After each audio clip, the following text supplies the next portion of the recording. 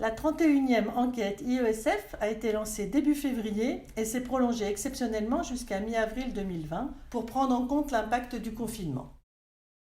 Bien qu'une majorité des données recueillies concernent 2019, ce fait inattendu a aussi eu un effet sur certaines opinions en fonction de la date de réponse au questionnaire, comme la crainte de perdre son emploi, qui a bondi de 3%, et les perspectives d'augmentation de salaire devenues plus modérées.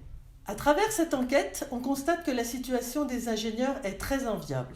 Le taux de chômage est toujours faible, le salaire médian en 2019 est de 57 500 €, la mobilité aussi bien interne qu'externe est très dynamique, ce qui montre la forte adaptabilité des ingénieurs et leur appétence dans le monde du travail. 15% des ingénieurs de la dernière promotion sont issus de l'apprentissage, contre seulement 2% en 2000. Plus d'un quart d'entre eux ont déjà des responsabilités hiérarchiques à la sortie de l'école, c'est 2 fois plus que les diplômés sous statut étudiant. Tout ceci conduit à une satisfaction globale importante, seulement 7% des ingénieurs se déclarent insatisfaits. En termes de répartition territoriale, la part de l'international décroît d'1% au global, avec une baisse notable au Royaume-Uni, moins 19% depuis 2014, sans doute liée à l'effet Brexit. La province est stable, après 3 ans de progression, et représente 52%. La proportion de femmes diplômées est quasi constante depuis 7 ans à 28%, mais il semble que le nombre de femmes en cursus ingénieur actuellement soit en hausse.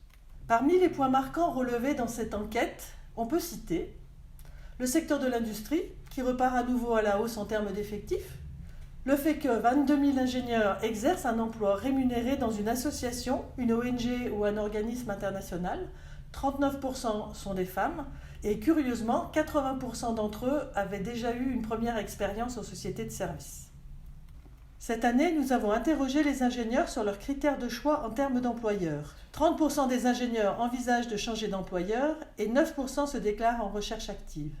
L'envie de changer apparaît majoritairement vers 3 ans d'ancienneté dans l'entreprise. Contrairement aux idées reçues, la raison du changement est très minoritairement l'insatisfaction.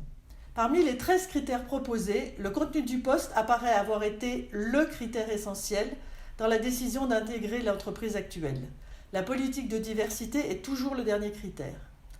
Pour le futur employeur, les critères de sélection sont en tête toujours le contenu du poste, talonné par la localisation et l'équilibre vie professionnelle-vie personnelle. On note cependant des variations sensibles dans le classement des différents critères selon le genre, l'âge, les fonctions assurées, le secteur d'activité et la nationalité.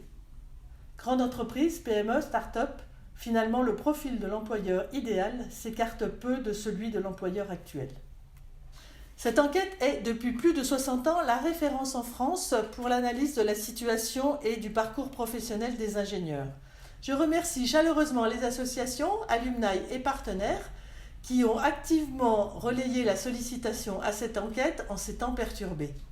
Une infographie est accessible au téléchargement sur le site iesf.fr. La brochure complète d'une 30aine de pages y est disponible à la vente. Vous pouvez cliquer directement sur le lien en description de cette vidéo pour y accéder.